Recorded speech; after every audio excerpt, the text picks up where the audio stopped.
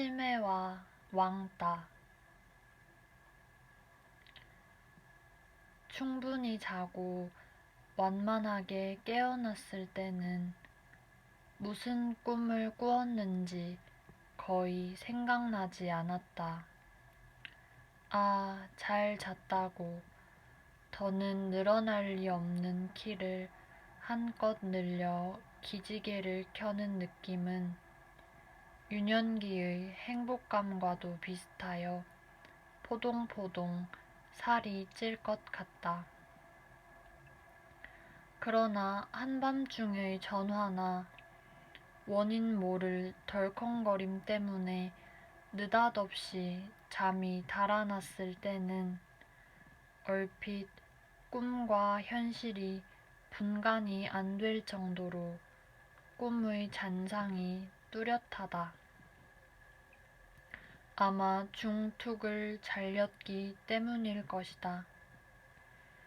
중툭을 잘린 모든 것은 애처롭다.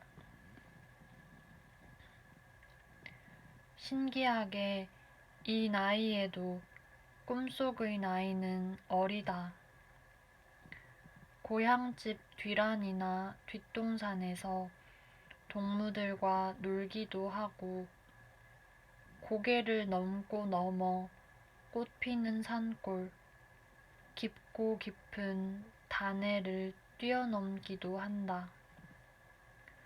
동무들을 만나기도 하는데 이상하게 평소에 소식을 궁금해하던 동무가 아니라 생시에는 내 의식에 떠올라 본 적도 풍문에 소식을 들은 일도 이름이 생각날 리도 없는 얼굴이다.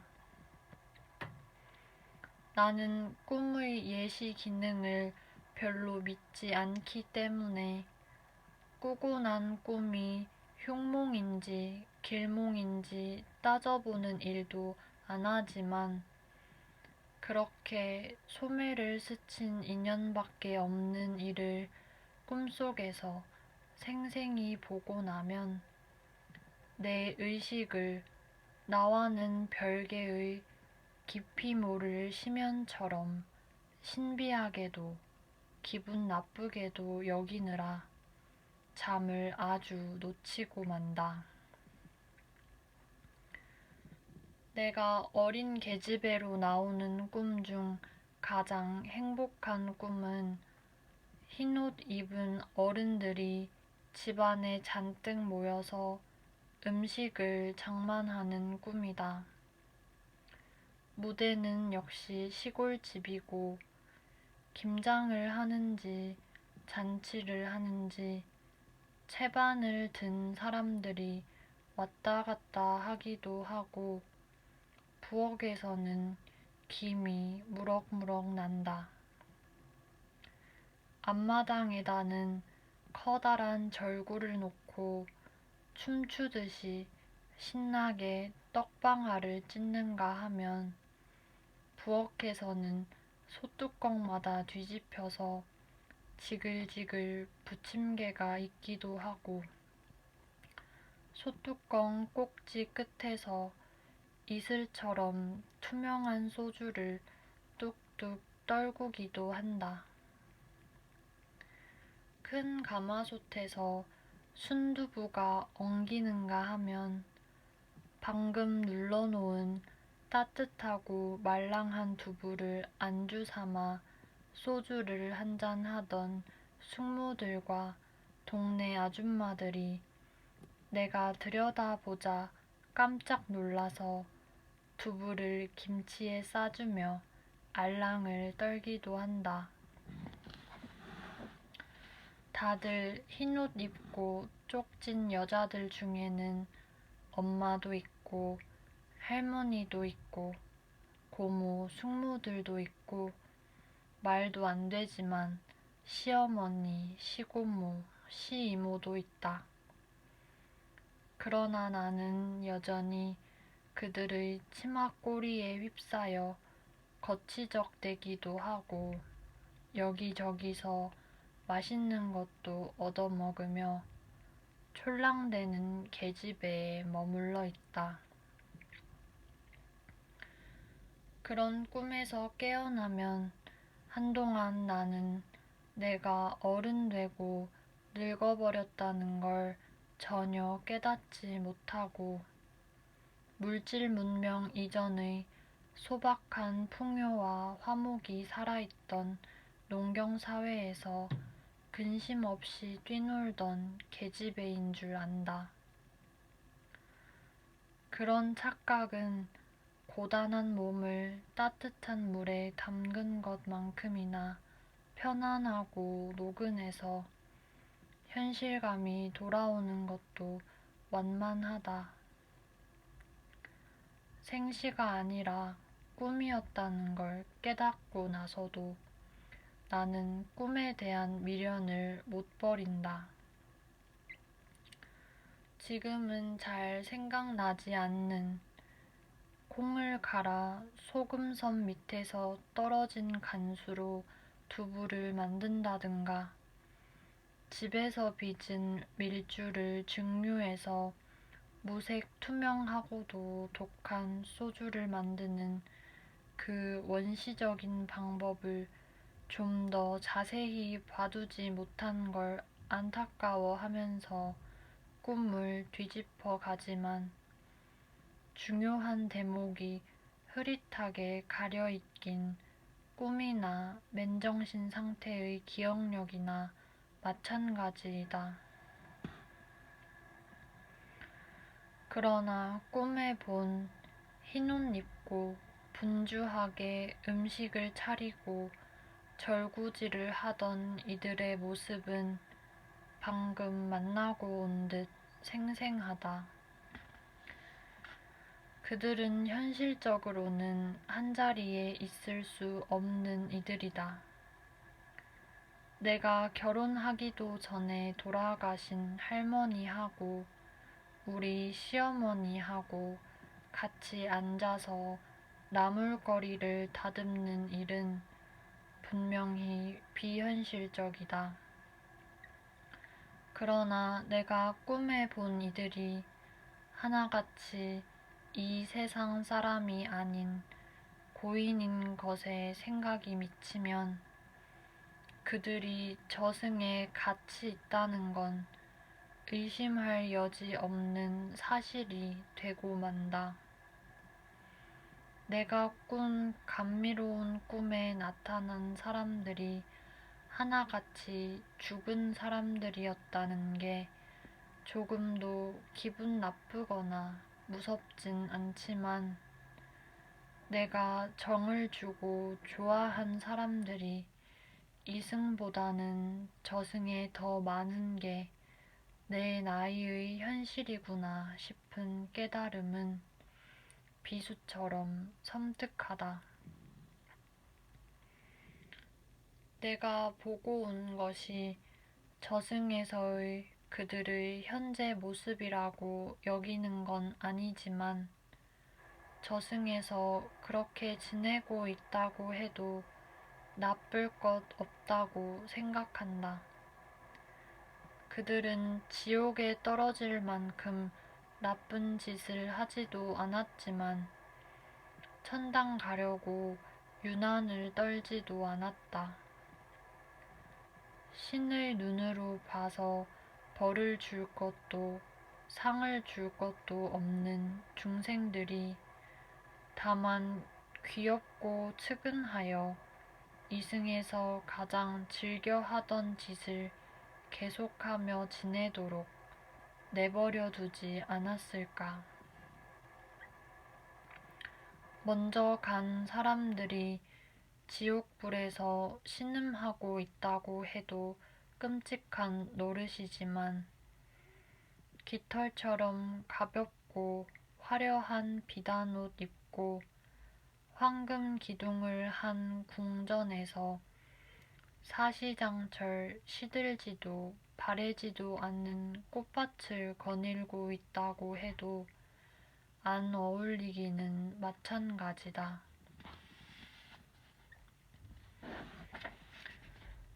나는 저승에서도 그들을 낯설어 하고 싶지 않다. 내가 좋아한 이들이 이 풍진 세상을 큰 잘못 없이 살아낸 대가로 그들이 이승에서 가장 신명나했던 것을 계속 할 수 있었으면 얼마나 좋을까 싶다가도 그렇게 되면 참 그건 죽은 게 아니지 하고 혼자 실소하게 된다. 죽는 거 하나도 안 무섭다고 큰소리 치면서 실은 무서워서 아마 그렇게라도 해서 죽음과 친근해지려는 게 아닌가 싶어 문득 자신이 측은해지기도 한다. 그러나 그런 꿈은 아무리 반복해 꾸어도 실증이 안 나고 깨어나서도 여운을 즐길 수 있으니 좋은 꿈이라 하겠다. 나쁜 꿈은 깨어나길 참 잘했다고 휴 한숨이 나오는 꿈이 아닐까. 내가 반복해 꾸는 나쁜 꿈도 역시 어릴 적 꿈이지만 무대가 시골에서 도시로 바뀐다. 초등학생일 적도 있고 중학생일 적도 있는데 등교를 하는 도중에 운동화를 안 신고 고무신을 신고 있다는 걸 발견하고 집으로 신을 갈아 신으러 간다. 운동화를 갈아 신고 가다 보니 책가방을 놓고 온 게 아닌가. 다시 집으로 가서 책가방을 가지고 가다 보니 교복 치마에다 한복 저고리를 입고 있더라는 식으로 한없이 꼬이는 꿈에서 깨어나면 얼마나 후련한지 안도의 한숨이 절로 나온다. 그러나 그런 꿈도 괜히 꾸는 건 아니다. 학교 다닐 때부터 내가 얼마나 뭘 잊어버리기 잘하는 777 못한 학생이었던가를 상기시켜주는 후유증 같은 것이다.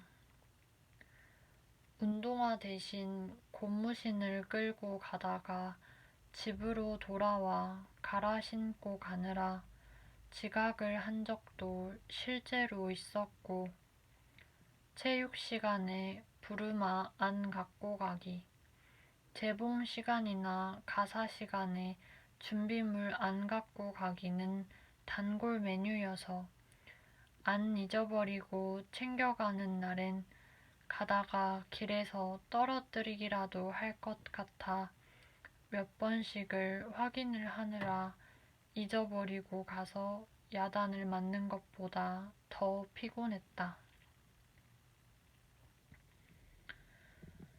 누구한테 야단을 맞을까봐 전전긍긍할 필요가 없이 된 후에도 잘 잊어버리는 버릇은 여전했다. 요샌 말로 소위 건망증인데 엄마는 그냥 사람이 그렇게 무심해서 어떻게 하느냐고만 했다. 엄마는 그냥 사람이 그렇게 무심해서 어떻게 하느냐고만 했다. 저렇게 무심한데 왜 살이 안 붙는지 모른다고 걱정하는 소리도 들은 것 같다. 그 정도였으니까 엄마는 무심한 걸 나쁘게만 보지는 않은 것 같다. 잊어버려도 중요한 것만 골라서 잊어버린다. 한 달에 얼마를 벌어서 얼마를 쓰고 사는지, 식구들 생일이 언제인지, 조상 제사가 언제인지, 알아두면 유리한 사람의 이름이 뭐였는지 당장 잘도 까먹고 산다. 주로 숫자와 이름에 약한 기억력을 살림만 하고 살 때는 식구들의 보살핌과 일깨움 덕으로 그럭저럭 큰 실수 없이 넘겨왔지만 글을 쓰는 공인이 된 후에는 남에게 이런 약점을 들키지 않으려고 뒤로 노력을 많이 하고 산다. 주로 메모에 많이 의존하는데 메모지를 아무데나 놓고 못 찾는 일이 빈번해 이제는 판때기로 된 큰 달력을 곁에 두고 거기다만 메모를 하기로 하고 있다. 그래도 얼굴이나 표정, 사소한 버릇까지 생각나는 친근한 사람도 이름이 생각이 안 나는 공경을 해결할 방법은 아직 못 찾고 있다. 식구들이나 오랜 친구들은 나의 건망증을 다들 알아주는 반면 소설을 쓰고 나서 알게 된 친지나 독자들 중에는 나더러 어쩌면 그렇게 기억력이 좋으냐고 감탄을 하는 이도 더러 있다. 아마 순전히 기억력에 의지해 쓴 내 성장 소설 중에 시시콜콜한 부분까지 놓치지 않고 재현해 놓은 당대의 풍습이나 생활상 등 때문에 그런 소리를 듣는 것 같다. 기억력이 좋다는 말도 건망증이 심하다는 말도 다 맞는 말이라는 걸 인정할 수밖에 없다. 중요한 건 잘 잊어버리고 안 중요한 건 잘 안 잊어버리는 게 나의 못 말리는 버릇이다. 기껏 유명한 사람의 연설을 경청하고 나서도 그 유명 인사의 이름이나 연설 내용은 하나도 생각나지 않고 옆의 사람이 하품할 때의 입냄새, 앞의 사람이 자꾸만 시계를 보면서 중얼거리던 날카로운 촌평, 내 옆구리의 통증은 오래도록 기억한다. 유명인사의 사상은 필요하면 그의 저서를 찾아보면 되지만 이런 나만의 느낌이나 관찰은 언제나 언제고 장광설이라는 걸 정확하게 묘사하기 위한 물감 같은 것이 되어 내 기억의 창고에 쟁여놓지 않으면 안 된다. 내 생애를 스쳐간 역사적인 사건들은 언제 일어났고 주역들이 누구였고 그게 후세에 어떤 영향을 끼쳤는지 또는 그 일로 우리 역사가 얼마나 후퇴했느냐 발전했느냐 하는 상반된 견해까지도 문자로 정리돼 있다. 그러나 그 시대의 민초들이 이불 속에서 어떻게 활개를 쳤는지, 어떻게 얼굴을 추하게 일그러뜨리고 아부를 했는지, 억울하게 죽은 이의 아내나 어머니가 어떤 원한을 품었는지는 기억에 의지할 수밖에 없다. 내 감수성에 와닿은 그런 느낌들을 잊어버리고서는 그 시대의 분위기를 살려낼 수가 없다. 중요한 건 다 까먹고 시시껄렁한 것들만 잘도 기억하고 있는 것 같지만 실은 일찍부터 소설 쓰는데 중요한 것만 골라서 기억하고 그 밖의 것은 까먹고 살았는지도 모르겠다. 불필요한 걸 잘 잊어버렸기 때문에 필요한 걸 잘 기억할 수 있었다고도 볼 수 있다. 그러고 보니 학교 다닐 때 준비물을 잘 잊어버린 것도 내가 별로 관심이 없는 학과에 한해서이지 좋아하는 학과까지 그런 건 아니었다. 그렇다고 일부러 그런 것도 아니고 그냥 무심했을 뿐이다. 나는 건망증이라는 말보다는 우리 엄마가 붙여준 무심하다는 말이 더 좋다. 중요하지 않다고 생각하는 것에 대한 무심함 때문에 중요하다고 생각하는 것에 대한 유념이나 지속적인 관심이 가능했지 않나 싶다. 노년기의 건망증이나 무심함을 예전엔 노망이라고 했었는데 요새는 치매라고들 한다. 치매라는 말이 생기고부터 노망도 예전처럼 순탄치 못하고 불길하고도 치명적인 공포가 돼버렸다.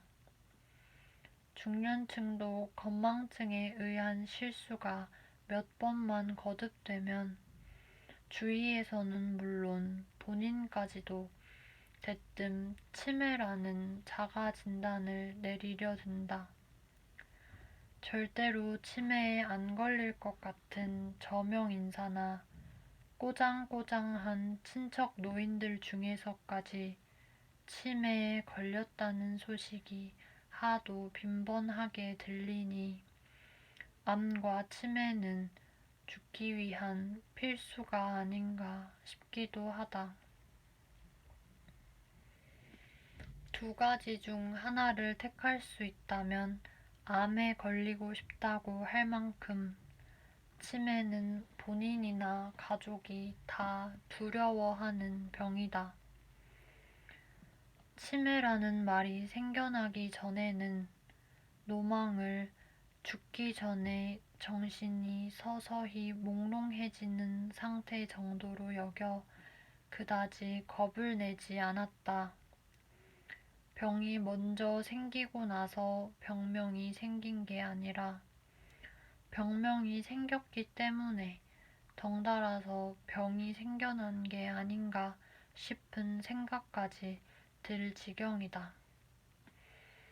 우리 나이 또래들이 하도 치매를 두려워하는 걸 보니까 치매 공포증이라는 새로운 병명을 만들어보고 싶은 짓궂은 생각도 해본다.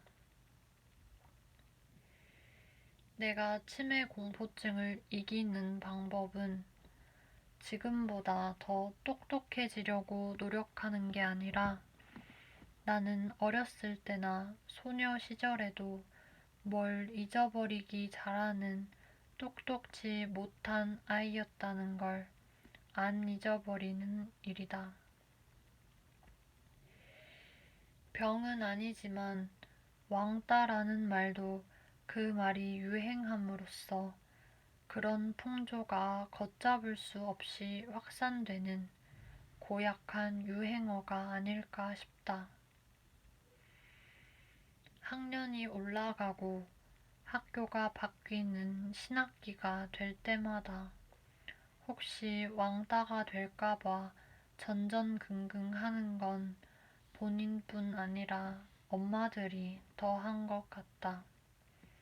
가뜩이나 엄마 노릇하기 어려운 세상에 이게 무슨 재앙이란 말인가. 왕따라는 말이 있기 전에도 동무들과 잘 어울리지 못하는 외톨이는 있어 왔다. 그러나 끝끝내 외톨이로 남는 아이는 별로 없었다. 비슷한 외톨이를 만나 어울리기도 하고 고고한 척 특별하게 보여서 도리어 동경의 대상이 되기도 했다. 나야말로 초등학교 5학년까지 외톨이였다. 시골뜨기라고 이짐에도 적지 않이 당했으니 요새로 치면 갈데 없는 왕따였다. 시골뜨기를 데려다 서울의 부자 동네 학교에다 집어넣은 엄마가 원망스럽기는 했지만 외톨이의 서름은 내가 극복해야 할 문제지 엄마가 도와줄 수 있는 문제가 아니었다. 그건 그 시대의 어떤 외톨이도 마찬가지였을 것이다. 처음엔 야가 빠지고 세련된 서울 아이들이 부러웠다. 아마 그들을 바라보는 내 눈은 선망과 열등감으로 가득했을 테고, 그게 아이들 특유의 우월감과 집단적인 공격욕을 자극했을 것이다. 예쁜 아이가 운동화를 저만치 내던지며 나한테 주워오라는 명령을 내리기도 했고, 그걸 주워 대령하는 수모를 감수하고 나면 아이들은 입을 모아 알나니 깔나니 누구누구는 누구누구 꼬붕이래요 놀려댔다. 내가 비굴하게 굴수록 아이들은 더 나를 놀려먹고 싶어 했다. 내가 아무의 도움 없이 스스로 내 자존심을 회복할 수 있었던 것은 아이들이 놀려먹는 바로 그 시골뜨기라는 것 때문이었다. 학교 생활이 재미없으니까 방학만 기다리게 되고 1년에 2차례 방학 때의 귀향은 나의 가장 큰 낙이자 다음의 이지매를 견딜 수 있는 힘을 벌충할 수 있는 기회였다. 당시만 해도 바캉스라는 말은 있지도 않을 때였다. 아무리 잘 사는 서울 아이들도 방학 동안을 꼬박 서울에서 보냈다. 나는 필시 기차에서 내려 고향 땅을 밟으며 아유 이 공기, 이 땅 기운 하며 황홀하게 가슴을 울렁거렸을 것이다. 그리고 그런 맛을 모르고 서울 좁은 골목길에서 고무줄이나 하면서 방학을 보낼 서울 아이들을 불쌍해 했을 것이다. 그러고 나서 새학기를 맞으면 서울 아이들이 나를 따돌린 게 아니라 내가 그까짓 서울 아이들을 우습게 보고 따돌리고 있다는 것처럼 여유를 부릴 수 있는 배짱이 생겼다. 처음에는 일방적이었지만 그렇게라도 해서 서울 아이들과 심정적으로 평등해지니까 공부할 의욕도 생기고 나도 모르는 사이에 아주 괜찮은 동무도 생겼다. 따돌리는 친구들을 두려워만 할 게 아니라 그들의 집단적인 소심증을 여유 있게 경멸할 수 있는 늠름한 태도도 왕따를 면할 수 있는 한 방법이라 생각하는데 글쎄 요새 세상에도 그런 고전적인 방법이 통하는지는 잘 모르겠다.